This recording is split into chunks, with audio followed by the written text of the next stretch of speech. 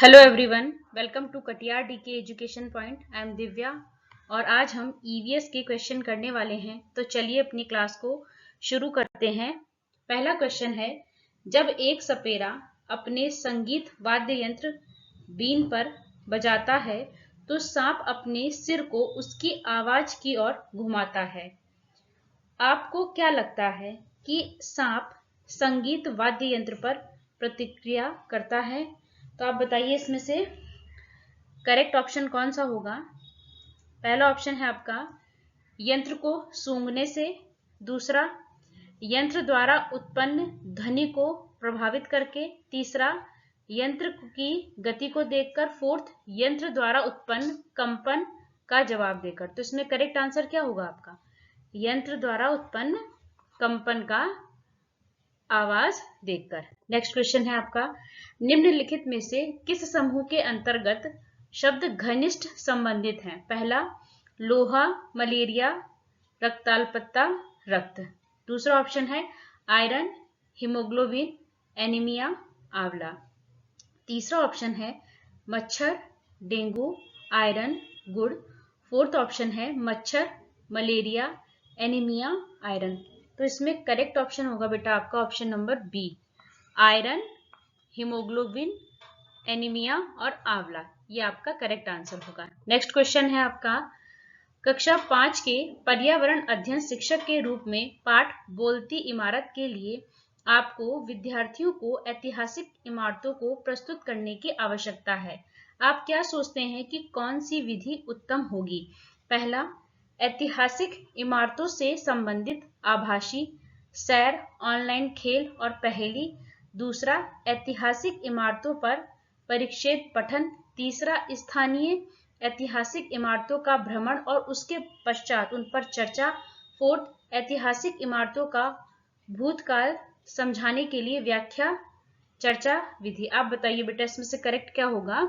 ये correct option number C होगा आपका, स्थानीय ऐतिहासिक इमारतों का हम भ्रमण कराएं बच्चों को और उसके बाद हम उस पर चर्चा करें। ऑप्शन नंबर सी आपका करेक्ट होगा। नेक्स्ट क्वेश्चन है आपका, कोई पक्षी पेड़ की ऊंची डाल पर अपना घोंसला बनाता है, यह पक्षी हो सकता है? पहला शक्करखोरा, दूसरा कलचिड़ी, तीसरा कौवा, फोर्थ है आपका फाख्ता। तो इसमें से करेक्ट आंसर होगा आपका कौवा।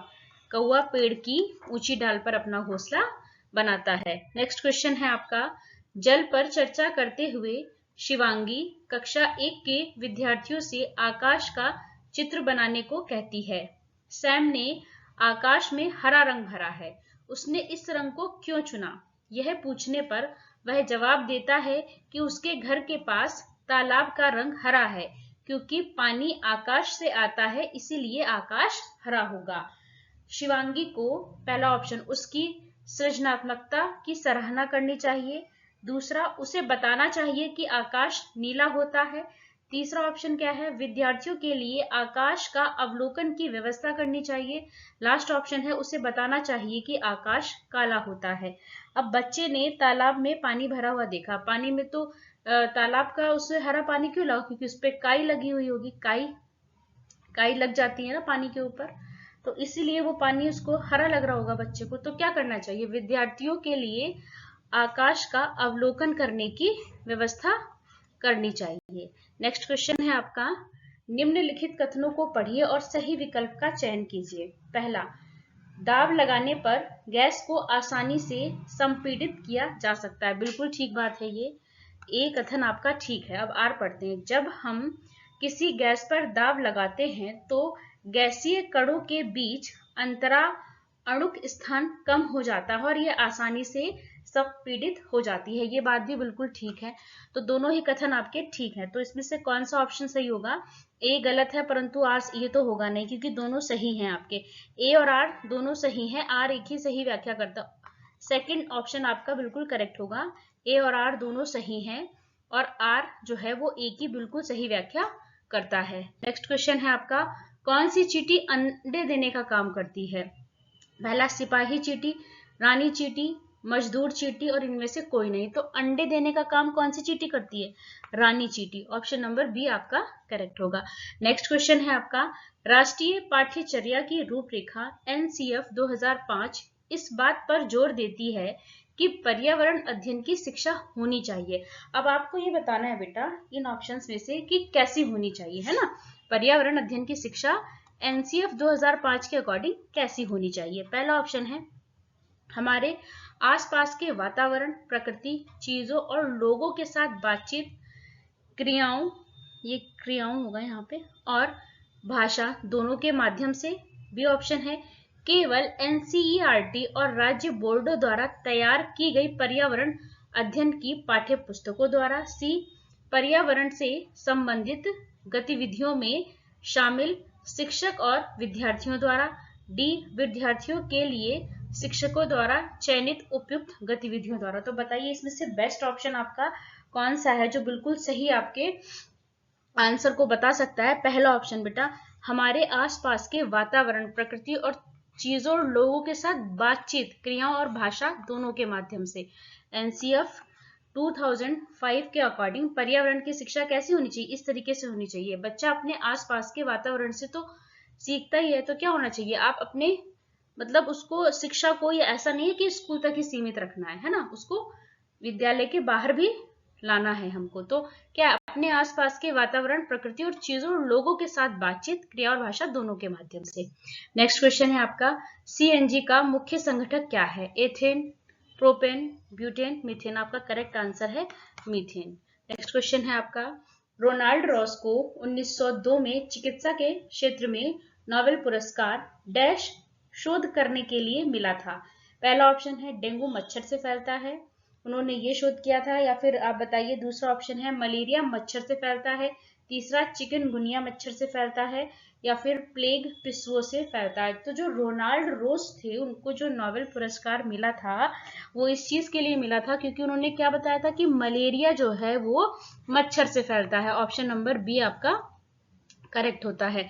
नेक्स्ट क्वेश्चन है आपका रोनाल्ड रोसो के बारे में कक्षा 5 में कहानी है जिसको 1902 में चिकित्सा के लिए नोबेल पुरस्कार मिला था जब उसने सिकंदराबाद के अस्पताल में काम करते हुए यह खोजा कि मच्छर जो है मलेरिया को फैलाते हैं।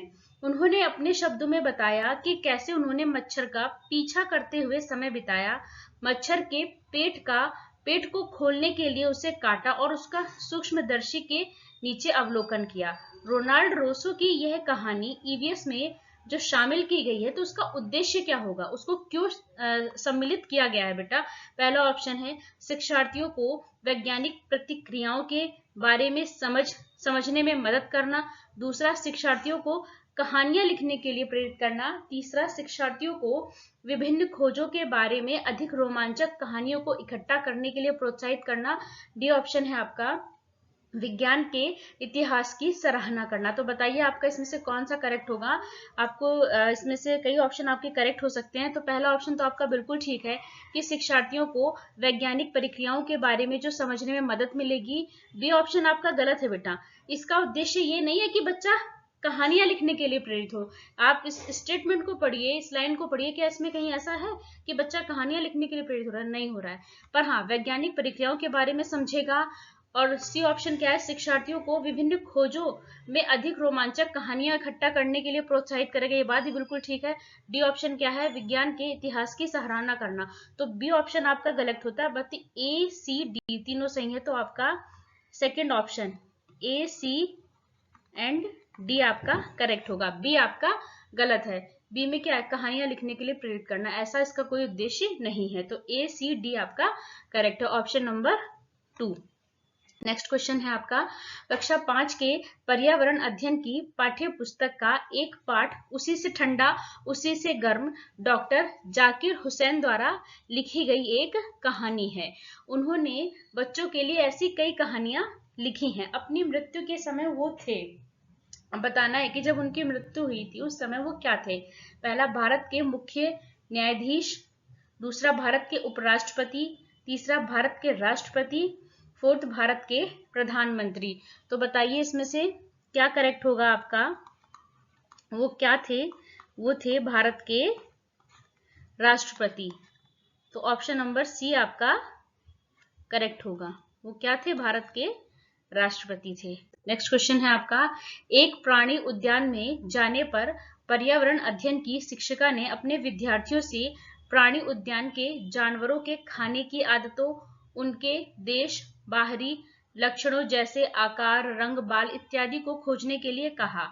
इस क्रियाकलाप के द्वारा किन प्रक्रिया कौशलों को विकसित कर रही है? पहला अवलोकन, बिल्कुल ठीक बात है, बच्चे अवलोकन करेंगे, प्रश्न भी करेंगे, संवाद भी करेंगे, लेकिन कोई प्रयोग तो नहीं करेंगे, तो ये गलत हो जाता है यहाँ से। दूसरा ऑप्शन क्या है? प्रश्न पूछना, ठीक है। वर्गीकरण करना, मापन, इसमें कोई मापन थोड़ी ना हो रहा है, ये भी गलत हो गया। सी ऑप्शन क्या है? अवलोकन करेंगे, ठीक है, प्रश्न करेंगे, संवेदनशील भी होंगे और संवाद भी करेंगे, ठीक है, ये बिल्कुल ठीक है। डी को भी चेक कर लेते हैं, प्रश्न करना, अवलोकन करना, प्रयोग करना, इसमें भी आ गया, तो ये भी गलत है। तो आपका करेक्ट आंसर है ऑप्शन नंबर सी। बच्चा क्या करेगा? अवलोकन करेगा, प्रश्न करेगा, संवेदनशील भी होगा और आपस में चर्चा भी करेगा, संवाद भी करेगा। ऑप्शन नंबर सी आपका करेक्ट होगा। नेक्स्ट क्वेश्चन है, झूम खेती है। पहला जैविक खेती, दूसरा काटो और जलाओ खेती, यही आपका करेक्ट है। झूम खेती क्या है? काटो और जलाओ खेती। ऑप्शन नंबर बी आपका करेक्ट होगा।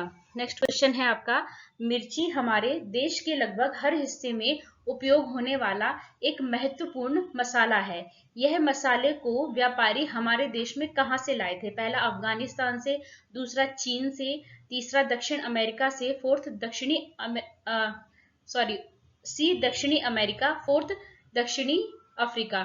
तो बताइए आप कहां से लाए थे इसको? तो आपका करेक्ट आंसर है ऑप्शन नंबर डी, दक्षिणी अमेरिका से इसको भारत में लाया गया था। ऑप्शन नंबर डी आपका करेक्ट है। वीडियो अच्छी लगे तो लाइक करें, शेयर करें, चैनल को सब्सक्राइब करें। Thanks for watching this video.